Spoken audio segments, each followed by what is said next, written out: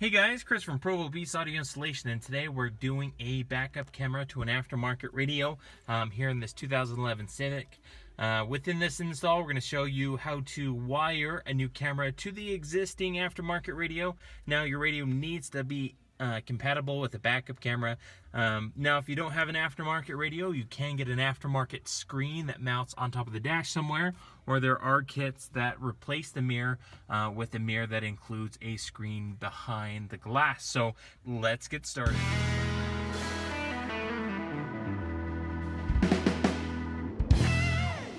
Provo Beast Audio Installation channel is sponsored by NVX and Sonic Electronics. Get 10% off all speakers, amplifiers, wiring kits, and more with coupon code PBAI at NVX. Also get 5% off all car audio components at Sonic Electronics with coupon code ProvoBeast. Now in this install, we're not going to go over how to remove the actual dash bezel, because we've already kind of covered that in our radio install video where we actually put this in for the first time. Go ahead and check that video out if you need help on how to remove the bezel on your radio. So for the parts that we're using for our backup camera, we're using the SK Car Camera Kit. This kit is a license plate mountable kit. Essentially here, the camera bolts to the license plate bolts. It does have LEDs on it for backup camera viewing. In the nighttime, kind of lights up a little bit more. We have our video output and our power plug for a camera. Also comes with a plenty of length of video cable. And then you have the two red leads, which we can use for our trigger wire. Now, of course, if you have any questions on how to actually wire a backup camera, we have a great video on the channel. I'll have a link in the description. It'll walk through all the wiring here, explaining everything in very much detail, making it a lot easier for you. But we do have our video wire, and then the power wire for the camera as well. Now, each radio will differ on the way it needs to hook up.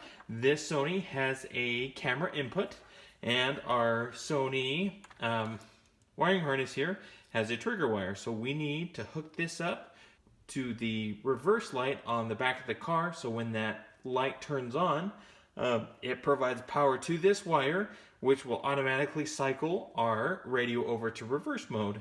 So we need to hook that up, and we're going to use this long red wire, which runs in parallel with the video wire, to do that function. So we're going to head over to the car, get our radio installed. Now, if you have questions on how to install an aftermarket radio, we'll have a link in the description that actually walks you through step-by-step of how to install a radio on your Civic.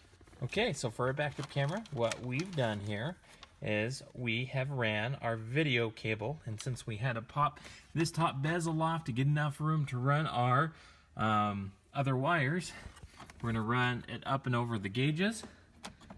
Again, this is held on with clips. We popped it out just enough, and then we ran it, as you can see, right through there. It came out here on the bottom, and then from there, we're going to run it underneath the kick panels all the way to the back area of the car. For the backup camera here, we hooked in our trigger wire into the purple white wire into that red wire, because remember, this runs in parallel with the actual video signal. And on the other end, this is the wire that will connect into the positive of the reverse light for our trigger. Now, this other one here is a blue white wire. It's an app turn on. We're not using it at this time, so we'll just leave it hanging off. Okay, so we went and plugged everything in on the back. Essentially here, don't forget any of the harnesses. We got our backup camera, our mic, our main harness here, as well as our antenna wire, all connected to the radio.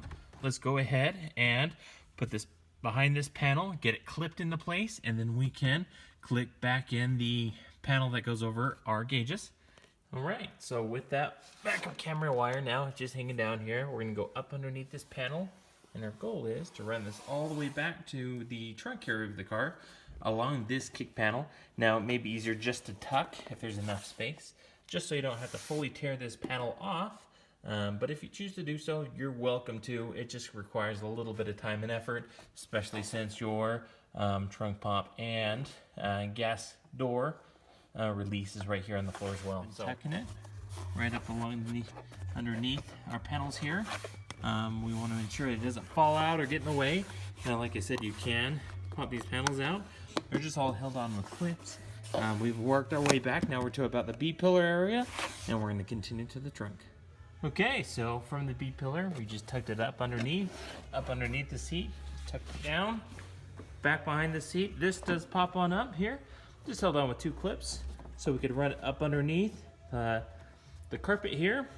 Then here in the back, we just went up underneath this carpet, so we can get underneath this panel. Ran it all the way underneath this panel, and it came up here. Just take your time, it's not actually too hard at all. And then from this point, we need to grab power from our reverse light. So we pulled this carpet back, and this gray plug here at the very bottom, that is our power and ground for the reverse light. What we did is we stripped the wires back. Brown is your positive, so we hooked our red wire into it for our camera. Black is our negative, and we hooked our black wire to our camera in there as well. And then this wire, remember, is the power wire for the camera. So we ran that along with our video wire just up this loom here. Now, I ran into a problem. Our video wire is a little too short. That's all I got. So I got one of these little RCA couplers, and then another RCA. It happens to be red. It wasn't yellow, but it still works. And this one's about 4 feet long, maybe just a hair longer than that. But essentially, what I did is also connect, remember that red wire in parallel with the video wire for a trigger? I just tapped into the power wire of the camera, because that power wire on the camera, remember, is connected into the power wire of the reverse light. So not only is it going to power the camera, but it's also going to trigger our radio to go in reverse, and we'll just tape that up. And then we ran that, I just wrapped it in Tessa tape. Up here, zip tying along the factory loop. And then there's the other end, that's where I had plugged it in. So that red RCA is my extension. Our power wire plugs into our camera power. Then ran it up underneath, and at this point, there's different clips here. See these little holes? Well, those correspond with this little panel that I popped off. You just push in the tabs all the way down and remove one 10mm bolt that was right there. And then this panel pops off. The reason why I did that is because I actually drilled a little hole, put a grommet in, and then sealed it up with either, you can use silicone, I used hot glue so it won't leak. Mounted the camera, and then ran that down, and that's where that goes and connects. So I found that to be the best way. I still got to put the license plate on and tighten it down, but that still allows me to adjust the camera. This will run up underneath that little panel, and that panel will go back on. It'll look nice and clean. Now, there's many different ways to mount this. I found that to be the best way, since this is only just held on with clips, except for one bolt. Once that's off, there's plenty of space to work. Came up underneath here and then connected it in. So what we're gonna do is tape up our connections, and then from that point we're gonna do a test for you. All right, so we got the camera all mounted. Everything's cleaned up. Back here, everything's put back together. Looks nice and clean. There's plenty of length for the wire, so when the trunk shuts, it doesn't get pinched. Let's put in the key.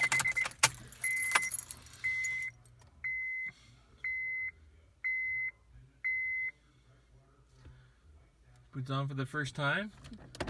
Put it in reverse. There we go. The garage is shut behind us because it's kind of cold outside, but looks great. And when we take it out of reverse, it'll automatically switch back over there. That's it. Super simple. Now, the camera we installed does require an aftermarket radio or aftermarket screen to display what's being seen. There are other kits that actually hook into the mirror as well. It's really up to you. That's it for this install. If you have any questions about what we did here, like I said, we have a helpful tutorial video in the description. Check that out if you have any hard questions on how to wire. Also, check in the description. We'll have a link to this radio install in case you want to see it. Appreciate you guys watching. Don't forget to hit the like button. Be sure to subscribe. We'll see you in the next video.